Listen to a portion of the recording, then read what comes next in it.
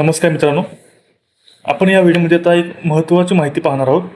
आपण आपला एखादा नातेवाईक किंवा मित्र पर्यापैकी कोणतरी दवाखान्यात असतो, हॉस्पिटलमध्ये असतो, पण त्याला वेळेत रक्ताची गरज असते, पण ते रक्त वेळेत आपल्या कुठल्याही ब्लड बँकेमध्ये उपलब्ध होत नाही. त्यासाठी एक वेबसाईट आहे, friends2support.org. या वेबसाईटवर जाऊन आपल्याला ते सर्च करता येते.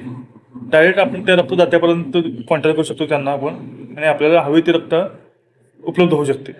ती माहिती कशी सर्च करायची, वेबसाईट कशी सर्च करायची याची पूर्ण माहिती आपण या व्हिडिओमध्ये पाहणार आहोत.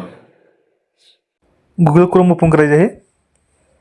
त्यामध्ये वरती सर्च बारवरती friends2support.org ही वेबसाईट एंटर करायची आहे.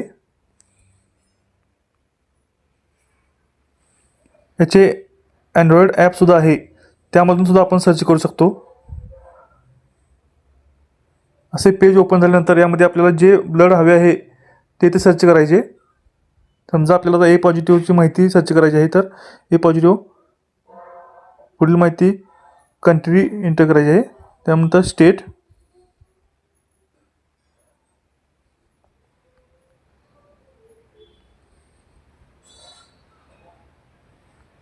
त्यानंतर जिल्हा सिलेक्ट करायचा आहे,